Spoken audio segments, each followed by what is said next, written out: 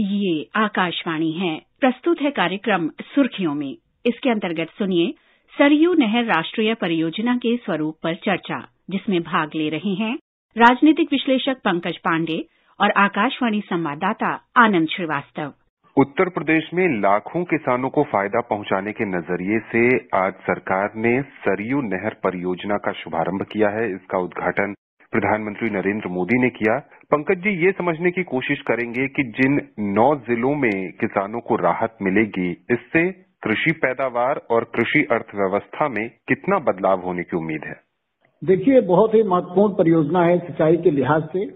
पूरे इलाके में जिन 9 जिलों की आपने बात की, बहराइच, श्रावस्ती, बलरामपुर, गोंडा, बस्ती, सिद्धार्थनगर, संत कबीर नगर, महाराजगंज, गोरखपुर, पूरा इलाका जो आप समझिए 1972 में इस योजना का ड्राफ्ट बना था और 1978 में काम शुरू हुआ, लेकिन 43 साल लग गए इस योजना का 52% काम ही हो पाया था।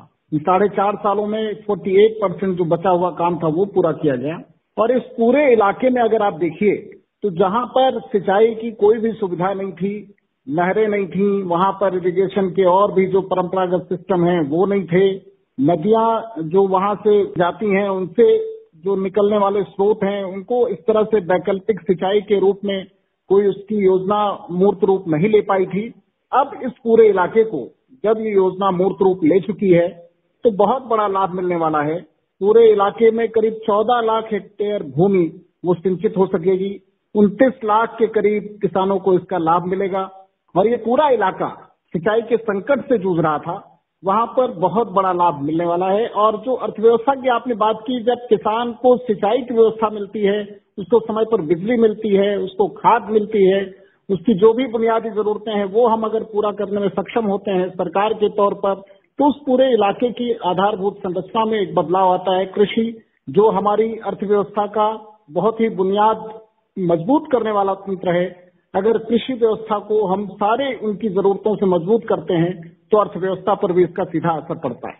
पंकज जी, कहा जा रहा है कि जहां 14 लाख हेक्टेयर से ज्यादा रकबे को सिंचाई मिलेगी, साथ ही इन 9 जिलों में जो बाढ़ की समस्या है उसका भी स्थायी समाधान इस परियोजना के माध्यम से तलाशा गया है। क्या कहेंगे इस पर आप? निश्चित रूप से आप देखिए, जब ये परियोजना ड्राफ्ट जब बना था तो उसमें भी इन सब चीजों का ख्याल रखा गया था। ये जो गोरखपुर का इलाका है, बस्ती का, संत कबीर नगर का, ये श्रावस्ती का, इन इलाकों में जो बाढ़ की समस्या है, जो नेपाल से सटे हुए इलाके हैं, वहां पर जो बाढ़ की समस्या बहुत भीषण समस्या है। इस इलाके के लोगों को हमेशा एक तरफ उनको सिंचाई की कमी होती है और जब पानी होता है, बाढ़ होती है, तो वो फसल की तबाही एक दूसरे रूप में होती है। तो इस परियोजना में सारी चीजों का ख्याल करते हुए उनको जो नदियों को लिंक किया गया, नहरों को जो लिंक किया जा रहा है, जो मूल नहर होगी उसके बाद जो लिंक नहरें होंगी, उसको किस तरह से पूरे इलाके में जाल बिछाया जाएगा और उसका नियोजित जो जल का बहाव है वो सुनिश्चित किया जाएगा। इससे पूरे क्षेत्र को बाढ़ की समस्या से भी राहत मिलेगी, सिंचाई की सुविधा मिलेगी, यानी दोहरा लाभ होने वाला है इस इलाके के किसानों को, यहाँ के रहने वाले लोगों को। तो आप समझिए कि प्रधानमंत्री ने भी अपने भाषण में इस बात का उल्लेख किया और थोड़ा अफसोस की भी बात है कि मतलब आप समझिए 1972 और 78 में जिस योजना की परिकल्पना की गई थी उसको पूरा होने में अगर 43 साल 50 साल लग जाए, तो हम जो बार बार इस बात पर जोर देते हैं कि योजनाएं इस देश में बनती हैं, लेकिन उसका इम्प्लीमेंटेशन जो होना चाहिए, जो अमल होना चाहिए, वो बहुत जरूरी बात है।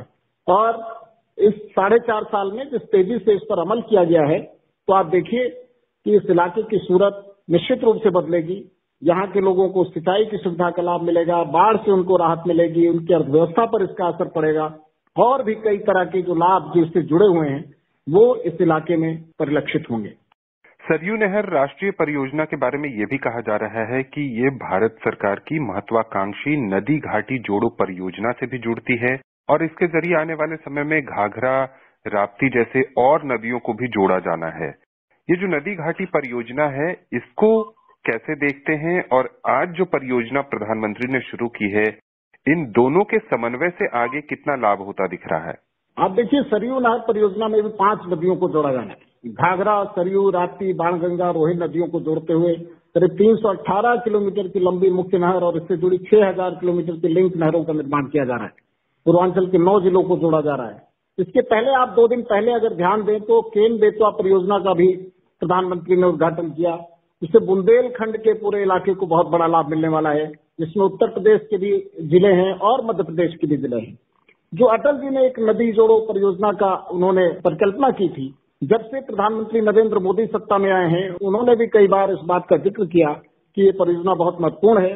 हालांकि अभी ये उस रूप में नजर नहीं आ रही है जो उसकी मूलभूत परिकल्पना थी, उस रूप में अभी उसको आना बाकी है सामने। लेकिन एक बड़ी शुरुआत है जो सरयू नहर परियोजना, और अभी आप 2 दिन पहले जो मैं केन बेतवा नदी परियोजना की बात कर रहा था, ये सारी चीजें उसी दिशा में एक बहुत महत्वपूर्ण कदम है। और आने वाले दिनों में पूरा जो देश का जो एक सिंचाई का जो तंत्र है वो विकसित होने वाला है इन नदी जोड़ो परियोजना के माध्यम से, वो आने वाले दिनों में और भी नजर आएगा। एक तरफ ये भी बात थी कि इतने लंबे समय से, जैसा आपने भी कहा कि लगभग 4 दशक से ये परियोजना चल रही थी और अपने मूर्त रूप में नहीं आ पा रही थी। दूसरी तरफ अगर पिछले 1-1.5 साल की परिस्थितियां देखें किसानों के लिए, तो एक तरफ किसान आंदोलन, दूसरी तरफ कोविड महामारी, इन सब के बीच ये कितनी बड़ी सौगात मानते हैं इस परियोजना को आप? देखिए, कोविड का जो दौर था उसने किसानों को कई तरह से तोड़ा। किसान अपने खेत में काम करता रहा, लेकिन उसको जो सुविधाएं मिलनी चाहिए थी, जो उसको सपोर्टिव सिस्टम काम करना चाहिए था, वो सिस्टम बुरी तरह से प्रभावित हुआ। जैसा कि आपको पता है कि इस देश के किसान हमारे लिए जो अन्नदाता हैं, वो कृषि जो व्यवस्था है वो इस देश की अर्थव्यवस्था में बहुत बड़ा उसका योगदान है, लेकिन हमारे अन्नदाताओं की हालत ठीक नहीं है। और जब इस तरह की महामारी आती है, जब उनके परिवार में जो 2-4 कमाने वाले लोग हैं उनके ऊपर सीधा असर पड़ता है, तो इसका प्रत्यक्ष या परोक्ष रूप से प्रभाव उनकी खेती बाड़ी पर भी पड़ता है। और ये प्रभाव बड़े पैमाने पर देखने को मिला पूरे देश में। किसान भी परेशान हुए और उस बीच में एक अलग तरह की कवायद शुरू हुई किसानों को लेकर के। लेकिन सरकार की तरफ से कई स्तरों पर कोशिश की गई, सम्मान निधि के जरिए उनके खातों में पैसा पहुंचाने की बात हो, उनको समय पर बीज उपलब्ध कराया जा सके, उर्वरक उन्हें उपलब्ध कराया जा सके, उनको अगर फसल का नुकसान हुआ है तो उसका वो बीमा का जो इंतजाम किया गया है।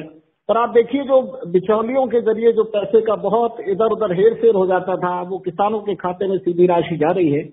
वो केंद्रीय योजना हो या विभिन्न स्तरों पर आप राज्यों में देखेंगे तो राज्यों में भी कहीं कम कहीं ज्यादा इस तरह के प्रयास हो रहे हैं, और उत्तर प्रदेश में भी इस तरह की कवायद बड़े पैमाने पर हुई।